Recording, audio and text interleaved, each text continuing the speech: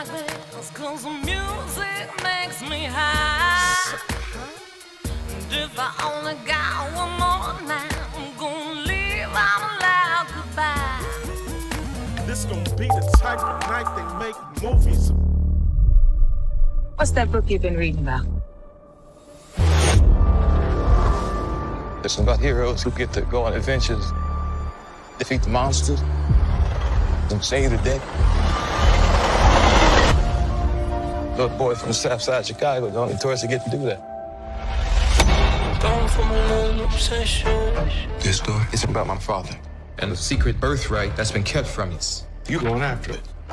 We're gonna need a car. You just gonna stand there, Jake? This is family business, and families stay together. Bad for my health, scared for myself. Just because they don't want you here doesn't mean you're not supposed to be. Gotta get away. This is an invitation to unmitigated power. What in the hell did I go wrong with you, boy? I told you to stay away from that damn place. There's something here that's trying to get out. Everything is where and as it should be. From God to man to creature.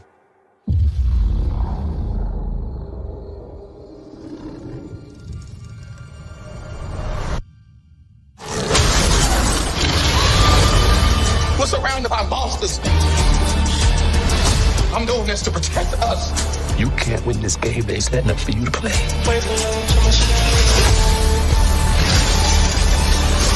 This legacy belongs to our family. We gotta face this new world and stake our claim in it.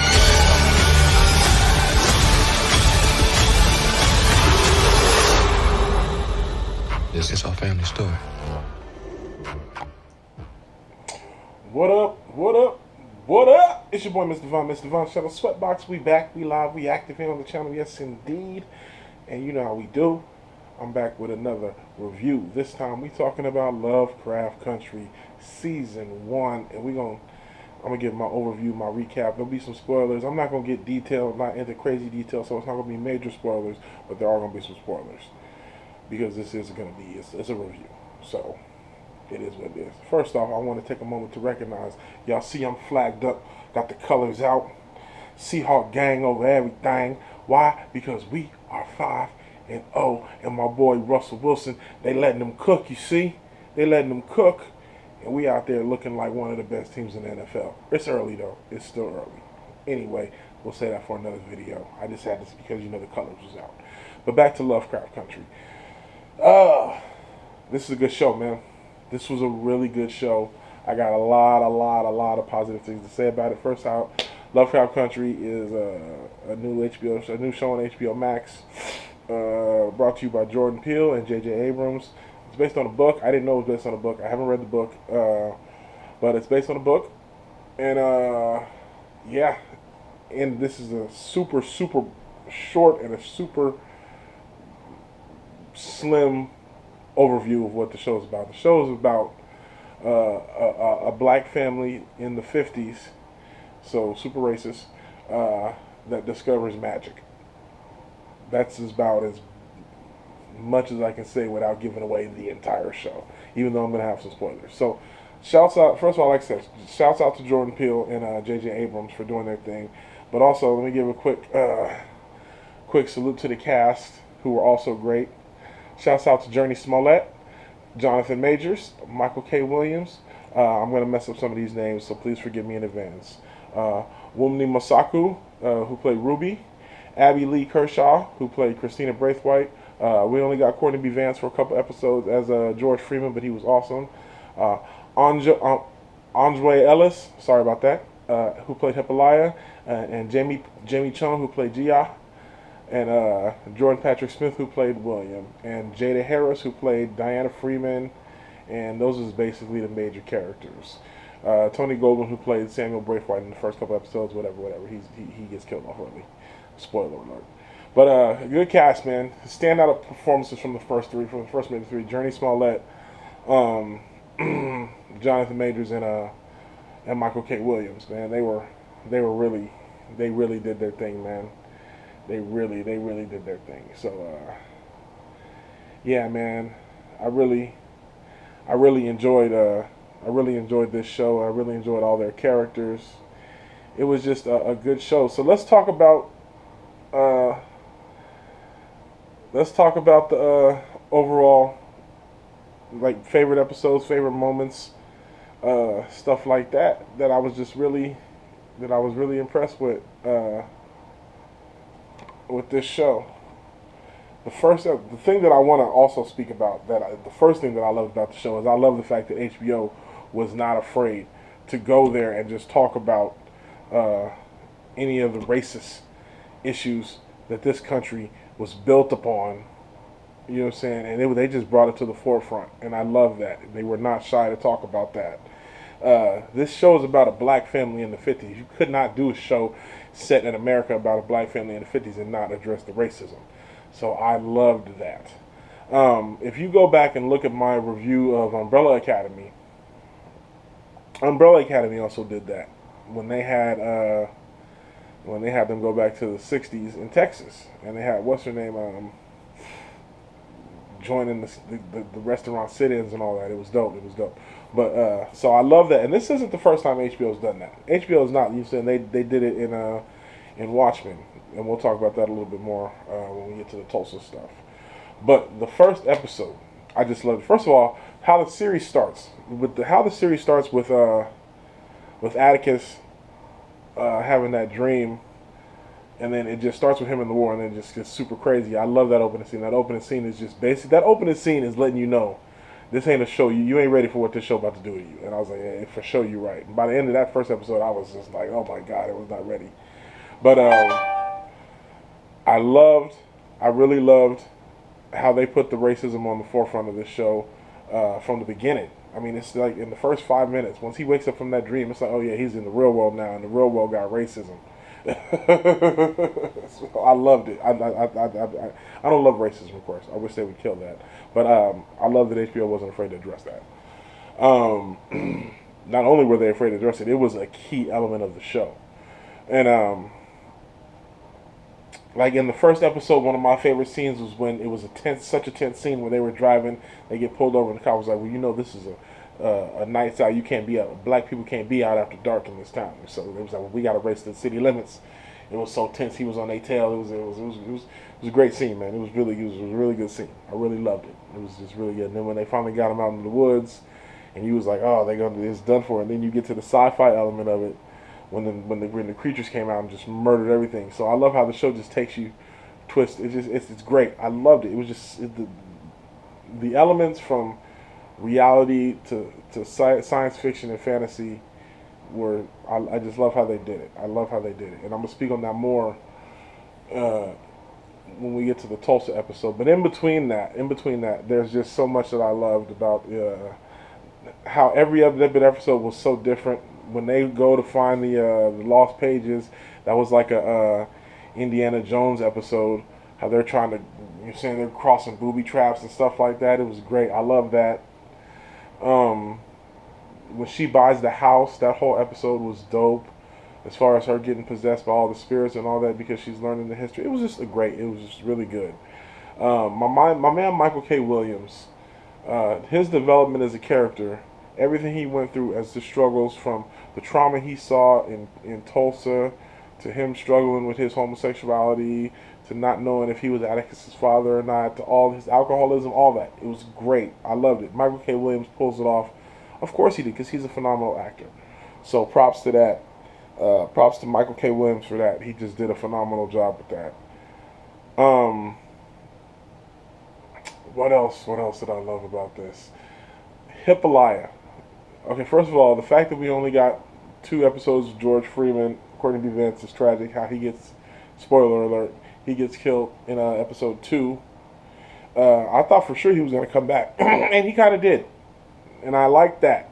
I like Hippolyta, the one who played his wife, Hippolyta. After he died, I was wondering how they were going to do what was her place going to be as the story, because the story was so focused on Atticus. But I like how they did that with her.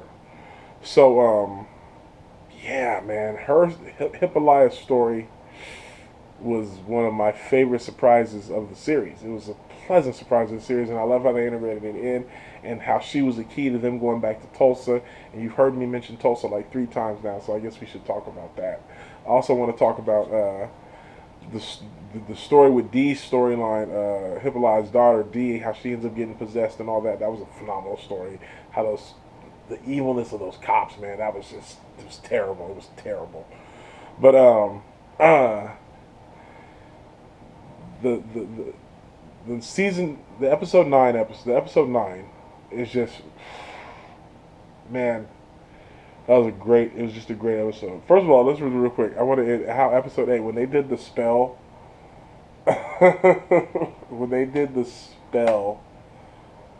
and they were like, did it work? We don't know. And then he goes and he's about to, and the cops are shooting up the house, and he goes and he shows up. Spoiler alert! And when the thing jumps out the ground and just I was like, yeah, murder, wild murder. It was just so awesome. It was so awesome. Oh my goodness, you guys have got to watch this show. This show is great. It's just such a great show. So anyway, HBO has a thing where they always make the 9th episode of their 10 episode season. The penultimate episode is always great. And you know what I'm saying? Game of Thrones did it. Westworld did it. Sopranos did it. Boardwalk Empire did it. A lot of shows done it. And it started to spill over to other shows. Walking Dead did it. Breaking Bad did it. So it's become the thing now. The penultimate episode of a TV show has become like the thing where giant things happen, and it's altering their series and all that stuff like that. This one was and I love this one was, man, because they took you back to the 1921 Tulsa Massacre. For those of you who aren't aware, the Tulsa Massacre was when a bunch of racist, white supremacist, racist white people destroyed what was known as Black Wall Street. It was the richest black community in the country at the time. It was like $100 million worth of wealth, and they firebombed it. They killed a bunch of people. I think they killed like 35, 40 people. Just tons of businesses, families burned, homes. It was terrible. It's a black eye in this country. Like all the racist acts committed by white people in this country, it's a black eye in this country. And I'm super glad that HBO continues to shine a light on it, because this isn't the first time they did it. If you go back to Watchmen, they did that in Watchmen too. It was the opening of the series. So continue to do great work over there at HBO, man. I love you guys. I've been a fan of you guys since I was little. I just love it. Continue to do it. So anyway, back to Lovecraft Country. The episode when they go back to Tulsa to get the Book of Names, it's a great episode. The tie-in of Atticus being the dude who was the story that he'd been told about from his father, and it was I loved it. I got you, kid. I loved everything about it, man. The tragedy of that woman's of the lady's realizing they're gonna burn alive in that house. It was heartbreaking. Oh man, watching Letitia, watching Letty walk through the fire because she had the invulnerability on her. Man, it was just so powerful. It was great. I thought Christina Braithwaite was a great villain. I thought the evil cop who ends up getting killed by the dogs and then gets killed, and then they try to bring him back to life it was terrible. I thought he was a great villain too, but Christina Braithwaite was a great villain. I loved her relationship with Ruby, Letty's sister. Tragic how it ended. The episode where Ruby became a white woman was phenomenal television. It's a must-watch episode for everybody. It was great. It was just great. Yeah, man, this was a really good show. It was a really, really good show. I really enjoyed it. The finale, I love how they did the finale. There's a lot of questions that need to be answered. What's going on with Dee? She now had the robotic arm, and if you remember Atticus saying when he went to the future, he saw the book was given to him by a lady with the robotic arm. So obviously that's Dee. Is it Dee? So I don't know. Lots of questions. Are we going to get a season 2? I don't know, but I loved everything about this. I love Lovecraft Country. No pun intended, but pun intended, I guess. I don't know. But I guess review for season 1 of Lovecraft Country, 9 out of 10, man. 9.5 out of 10, whatever. Say one or the other. 9 or 9.5. This is a great show. Just go watch it. I said, I think I didn't spoil nothing. You guys have no idea what this show is. It's a crazy show, but I love it. But give me more of that. Jordan Peele, J.J. Abrams, touche, great job.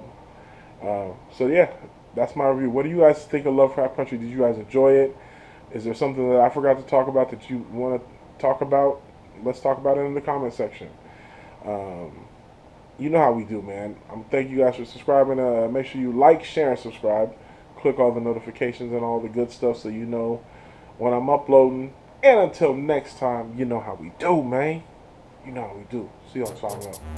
Peace. 100, y'all. Yeah. Sweatbox. You know how we do.